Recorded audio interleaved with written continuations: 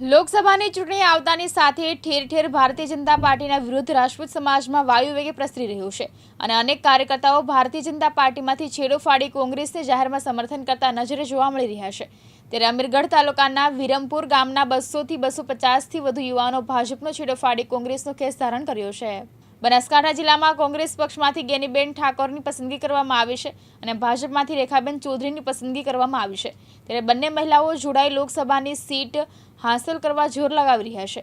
ત્યારે ઠેર ઠેર ભારતીય જનતા પાર્ટી સભા કરે છે ત્યારે રાજપૂત સમાજ દ્વારા તેનો વિરોધ કરી જય ભવાની અને ભાજપ જવાની અને નારા સાથે તેનો વિરોધ કરવામાં આવી રહ્યો છે। જેના પગલે અમીરગઢના વિરમપુર ગામે અનેક યુવાનો જે ભાજપ સાથે સંકળાયેલા હતા તે યુવાનો કોંગ્રેસ જિલ્લા મંત્રી વિક્રમસિંહ પુરોહિતના હસ્તે 200 થી 250 યુવાનો ક્ષત્રિય સમાજના તેમજ ઠાકોર સમાજના યુવાનો ભારતીય જનતા પાર્ટીનો છેડો ફાડી કોંગ્રેસનો ખેસ ધારણ કર્યો હતો।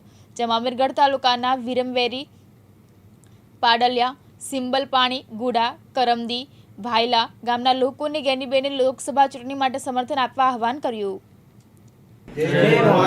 જય ભવાની। આજરોજ અમીરગઢ તાલુકામાં વિરમપુર ખાતે ક્ષત્રિય સમાજ ભાજપથી છેડો છોડી અને કોંગ્રેસનું સમર્થન આપી રહ્યા છે। ત્યારે હું તમામ રાજપૂત સમાજ અને ક્ષત્રિય અમીરગઢ તાલુકાના એ બધાનો હું આભારી છું।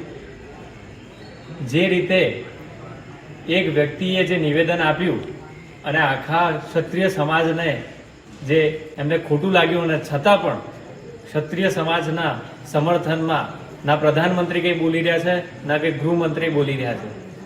ત્યારે આજે ક્ષત્રિય સમાજના તમામ યુવાનો વડીલોએ કોંગ્રેસ પાર્ટીનો ખેસ ધારણ કરી અને પાર્ટીને સમર્થન આપવાનું આહવાન કર્યું છે। ત્યારે હું તમામ ક્ષત્રિય સમાજના આગેવાનો, વડીલો તથા મારા જે સાથી મિત્રો છે એમનો હું આભાર માનું છું। ડાભેલા ગામ, સરોત્રા, કિડોતર કે તમામ જેટલા પણ ક્ષત્રિય સમાજના ગામ છે એમનો વિરોધ દિવસે ને દિવસે વધતો જાય છે અને એમનું કહેવું એક જ વસ્તુ છે કે તમામ જે લોકો જે છે જે ક્ષત્રિય સમાજને બદનામ કરવાનું કામ કરી રહ્યા છે એમને અમે છેલ્લે સુધી નહીં છોડીએ જ્યાર સુધી એ લોકો માફી નહીં માંગે। અને આજે કોંગ્રેસ પાર્ટીની સાથે ક્ષત્રિય સમાજના જે લોકો જોડાયા અને કોંગ્રેસ પાર્ટીને જે સમર્થન આપવાનું નક્કી કર્યું છે એ બદલ હું કોંગ્રેસ પાર્ટી વતી પણ એમને બધાનો આભારી છું કે આભાર વ્યક્ત કરું છું। અને આવી રીતે જ અમને સમર્થન આપી અને એક વ્યક્તિ જે સમાજને ખોટું બોલ્યા છે એને બતાવી દેવાનું છે 7 તારીખે ક્ષત્રિય સમાજ એ કોઈથી ડરવાવાળો સમાજ નથી તથા ક્ષત્રિય સમાજ ચાહે ગુજરાતમાં હોય, ચાહે રાજસ્થાનમાં હોય, ચાહે દેશના કોઈ પણ ખૂણે હોય એ એક જ છે। અને 7 તારીખે ગુજરાતની અંદર ક્ષત્રિય સમાજ એ એક વ્યક્તિને પણ બતાવી દે અને ક્ષત્રિય સમાજનો વિરોધ કરવો એને કેટલું ભારે પડ્યું છે તથા તમામ ગુજરાતની સીટો ઉપર અને રાજસ્થાનમાં અને તમામ દેશમાં ક્ષત્રિય સમાજ એનું આંદોલન ચાલુ રાખશે અને છેલ્લે સુધી જ્યાં સુધી એ માફી નહીં માંગે ત્યાં સુધી આ બધું આંદોલન ચાલુ રહેશે અને સમાજનો તમામ સમાજને પણ સમર્થન રહેશે। દિનેશ ઠાકોર, દિવ્યાંગ ન્યૂઝ, બનાસકાંઠા।